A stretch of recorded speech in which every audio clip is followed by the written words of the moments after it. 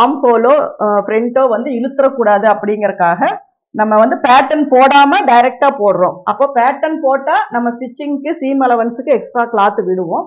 இப்போ இது நம்ம டைரக்டா கிளாத்லயே போடும்போது நமக்கு வந்து அந்த பேட்டர்ன் போடுற டைம் வந்து சேவ் ஆகுது. அதனால இந்த இடத்துல 1/2 இன்ச்சு சீம் அலவன்ஸுக்காக எக்ஸ்டெண்ட் பண்ணிக்கிறோம். இதை வந்து சும்மா லைட்டா மட்டும் இப்படி பெண்ட் இது பண்ணா போதும். ரொம்ப மேல தூக்கி எல்லாம் போட வேண்டாம். ஏன்னா மற்ற பிளவுஸ்க்குலாம் ஒரு 1/4 இன்ச்சு மேல இது பண்ண சொல்லுவேன். இது அவ்வளோலாம் வேண்டாம். ஸ்ட்ரைட்டா போட்டாலும் ஓகே தான். சும்மா லைட்டா கர்வ் கொடுத்தாலும் ஓகே தான்.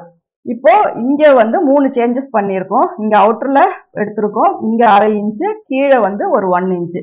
இப்போ இதுக்கப்புறம் இது ஓப்பன் வந்து ஃப்ரண்டா, இது பேக் ஓப்பனா இருந்தா ஃப்ரண்ட்டுமே வந்து ஃபோல்டிங்ல போட்டுக்கோங்க.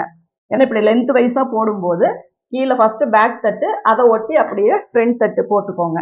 அப்போ இதுவும் ஃபோல்டிங் வரும், அந்த இதுவும் ஃபோல்டிங் வரும்.